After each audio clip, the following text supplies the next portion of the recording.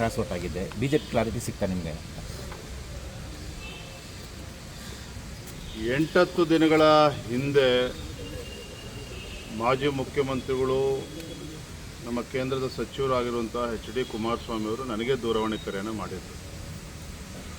ವಿಜೇಂದ್ರ ಅವರೇ, ನಿಮ್ಮ ರಾಷ್ಟ್ರೀಯ ನಾಯಕರ ಜೊತೆಲಿ ಮಾತನಾಡಿ 3ನೇ ಅಭ್ಯರ್ಥಿಯನ್ನು ನೀವಾದರೂ ಹಾಕಿ ನಾವಾದರೂ ಹಾಕ್ತೇವೆ, ಒಂದು ಫೈಟ್ ಮಾಡೋಣ, ಒಂದು ಸೀರಿಯಸ್ ಆಗಿ, ಯಾವುದೇ ಕಾರಣಕ್ಕೂ ಸುಲಭಕ್ಕೆ ಬಿಟ್ಕೊಡೋದು ಬೇಡ ಅನ್ನೋ ಒಂದು ಒಳ್ಳೆ ಉದ್ದೇಶ ಇಟ್ಕೊಂಡು ಮಾನ್ಯ ಕುಮಾರಸ್ವಾಮಿ ಅವರು ನನಗೆ ಮಾತನಾಡಿದರು.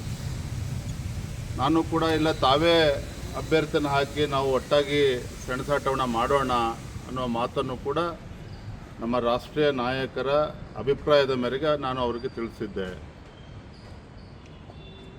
BJP ಆಗಲಿ JDS ಆಗಲಿ ಇಬ್ಬರ ಉದ್ದೇಶ ಒಳ್ಳೆಯದೇ ಆಗಿತ್ತು.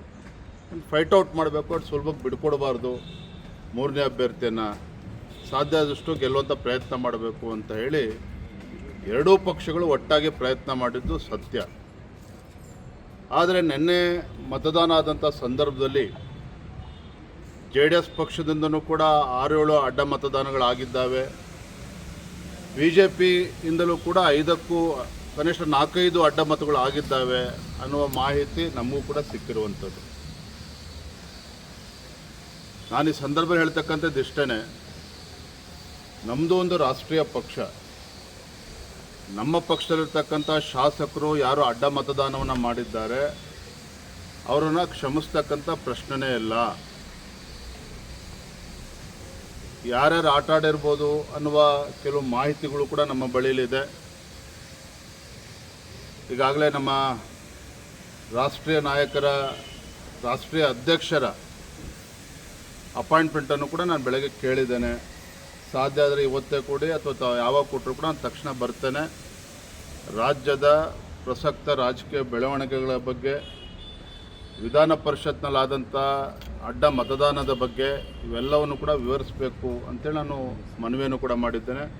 ಬಹುಶಃ ಇವತ್ತು ಅಥವಾ ಸೋಮವಾರ ಯಾವಾಗ ಸಮಯವನ್ನು ಕೊಡ್ತಾರೆ ನಾನು ಅವ್ರನ್ನ ಭೇಟಿ ಮಾಡಿ, ರಾಷ್ಟ್ರೀಯ ಅಧ್ಯಕ್ಷರನ್ನ ಭೇಟಿ ಮಾಡಿ ಸಂಪೂರ್ಣವಾಗಿ ವಿವರಣೆಯನ್ನು ನೀಡುವಂಥ ಕೆಲಸ ನಾನು ಮಾಡ್ತೇನೆ. ಆದರೆ ಒಂದಂತೂ ಸತ್ಯ, ಯಾರು ಮೀರ್ ಸಾಧಕರುಗಳಿದ್ದಾರೆ ನಮ್ಮ ಪಾರ್ಟಿನಲ್ಲಿ ಅದನ್ನು ಪಕ್ಷ ಖಂಡಿತವಾಗಿ ಗಂಭೀರವಾಗಿ ತೆಗೆದುಕೊಳ್ತದೆ. ಏನು ಅವ್ರ ವಿರುದ್ಧ ಆ್ಯಕ್ಷನ್ ತೆಗೆದುಕೊಳ್ಬೇಕು ಅದನ್ನು ತಗೊಳ್ತೇವೆ. ಕ್ರಾಸ್ ಔಟ್ ಮಾಡಿರೋರ ಬಗ್ಗೆ ಮಾಹಿತಿ ಇದೆಯಾ ಸರ್? ಕೆಲವು ಮಾಹಿತಿಗಳಿದ್ದಾವೆ, ಎಲ್ಲವನ್ನು ಕೂಡ ನಾವು ಬಹಿರಂಗವಾಗಿ ಚರ್ಚೆ ಮಾಡೋದಕ್ಕೆ ಸಾಧ್ಯ ಅಲ್ಲ. But let me assure you, ಒಂದು ರಾಷ್ಟ್ರೀಯ ಪಕ್ಷವಾಗಿ there is limit for everything. ಈಗಾಗಲೇ ನಮ್ಮ ಭಾಜಪದಲ್ಲಿ ಗೊಂದಲಗಳ ಬಗ್ಗೆ ಸಾಕಷ್ಟು ಚರ್ಚೆಗಳಾಗಿದ್ದಾವೆ. ಇದನ್ನು ಈ ಸಂದರ್ಭ ಉಲ್ಲೇಖ ಮಾಡೋದಕ್ಕೆ ಹೋಗೋದಿಲ್ಲ.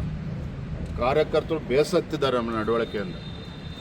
ಆದರೆ ಒಬ್ಬ ಚುನಾಯಿತ ಪ್ರತಿನಿಧಿ, ಭಾರತೀಯ ಜನತಾ ಪಾರ್ಟಿ ಟಿಕೆಟ್ನಲ್ಲಿ ಗೆದ್ದಿರ್ತಕ್ಕಂಥ ಶಾಸಕರುಗಳು ಈ ಮಟ್ಟಕ್ಕೆ ಹೋಗ್ತಾರೆ ಅಂತ ಹೇಳಿದ್ರೆ ಎಲ್ಲೋ ಒಂದು ಕಡೆ ಗೆರೆ ಎಳೆಯುವಂಥ ಕೆಲಸ ಒಂದು ರಾಷ್ಟ್ರೀಯ ಪಕ್ಷವಾಗಿ ಅದು ಮಾಡಬೇಕಾಗ್ತದೆ.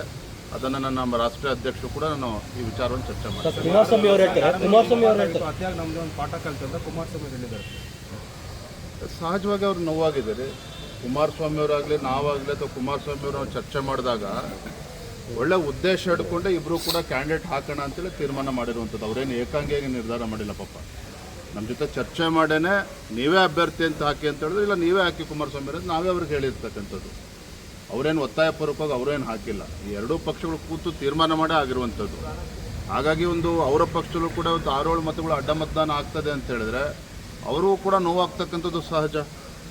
JDS ಪಕ್ಷಕ್ಕೆ ಎಷ್ಟು ನೋವು ಬೇಸರ ಆಗಿದೆ, ನಮಗೂ ಕೂಡ ಅಷ್ಟೇ ಬೇಸರ ಆಗಿದೆ.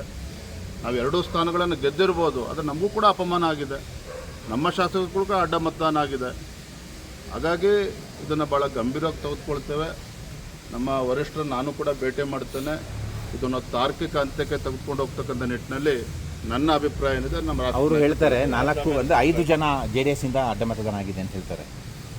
ಮಿಕ್ಕದು ನಿಮ್ಮದೇ ಹಂಗಾರೆ ಸರ್? ನೋಡಿ, ಕಾಂಗ್ರೆಸ್ಸಿನ ಆಂತರಿಕ ಗೊಂದಲದಿಂದ JDS ಪಕ್ಷಕ್ಕೆ ಕನಿಷ್ಠ 4-5 ಮತಗಳು ಬರ್ಬೋದು ಅನ್ನೋ ಲೆಕ್ಕಾಚಾರ ಅವ್ರಿಗೂ ಕೂಡ ಇತ್ತು.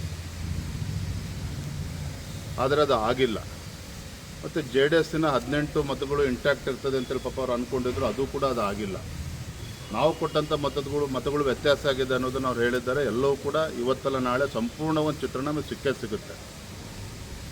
ನಮ್ಮ ಶಾಸಕರು JDS ಪಕ್ಷಕ್ಕೆ ಅನ್ಯಾಯ ಮಾಡಿದ್ರು ಕೂಡ ದ್ರೋಹನೇ, ತಾಯಿಗೆ ಮೋಸ ಮಾಡೋದಂತೆ.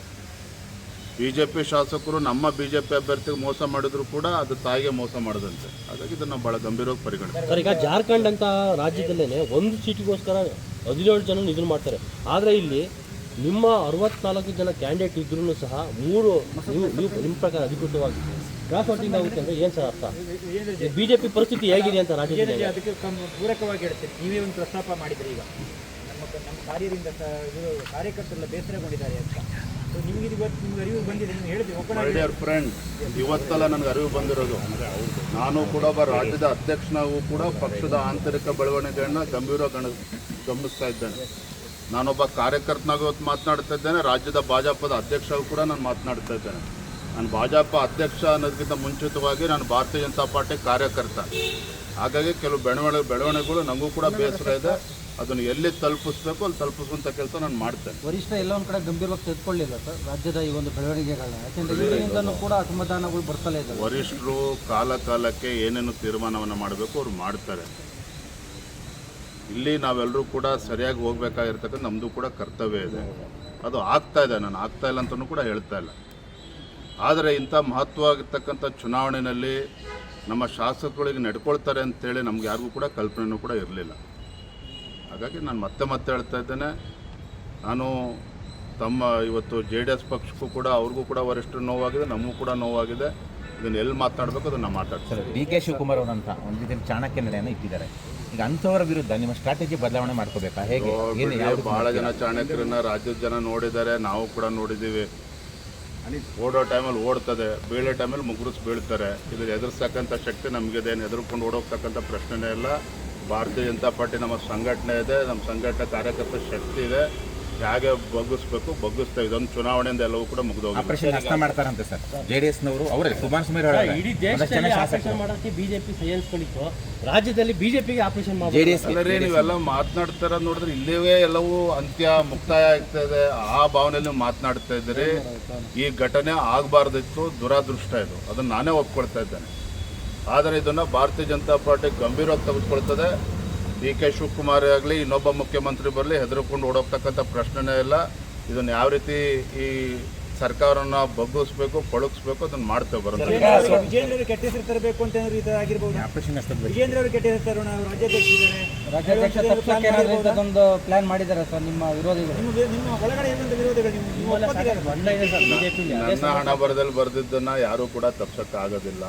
ಇನ್ನೊಬ್ಬರು ಹಣೆ ಬರದಲ್ಲಿ ಬರೆದಿದ್ದು ನಾನು ಕೂಡ ತಪ್ಸೋಕ್ಕಾಗಲ್ಲ. ಈ ಎಲ್ಲ ಬೆಳವಣಿಗೆಯಿಂದ ವಿಚಲಿತವಾಗಿ ಓಡೋಗ್ತಕ್ಕಂಥ ವಿಜೇಂದ್ರ ನಾನಲ್ಲ. ನಾನೊಬ್ಬ ಪಕ್ಷದ ಕಾರ್ಯಕರ್ತ ಇದ್ದೇನೆ, ಭಾರತೀಯ ಜನತಾ ಪಾರ್ಟಿ ಅಧ್ಯಕ್ಷ ಇದ್ದೇನೆ, ಯಡಿಯೂರಪ್ಪವ್ರ ಮಗನೂ ಕೂಡ ಇದ್ದೇನೆ. ಇವೆಲ್ಲನೂ ಕೂಡ ಅರಗಿಸ್ತಕ್ಕಂಥ ಶಕ್ತಿ ನನಗೂ ಕೂಡ ಇದೆ. ಯಾರಿಗೆ ಏನು ಮಾಹಿತಿ ಕೊಡಬೇಕು ಕೊಡ್ತೇನೆ. ತುಂಬಾ ಜನ ಧನ್ಯವಾದಗಳು. ಕಾಂಗ್ರೆಸ್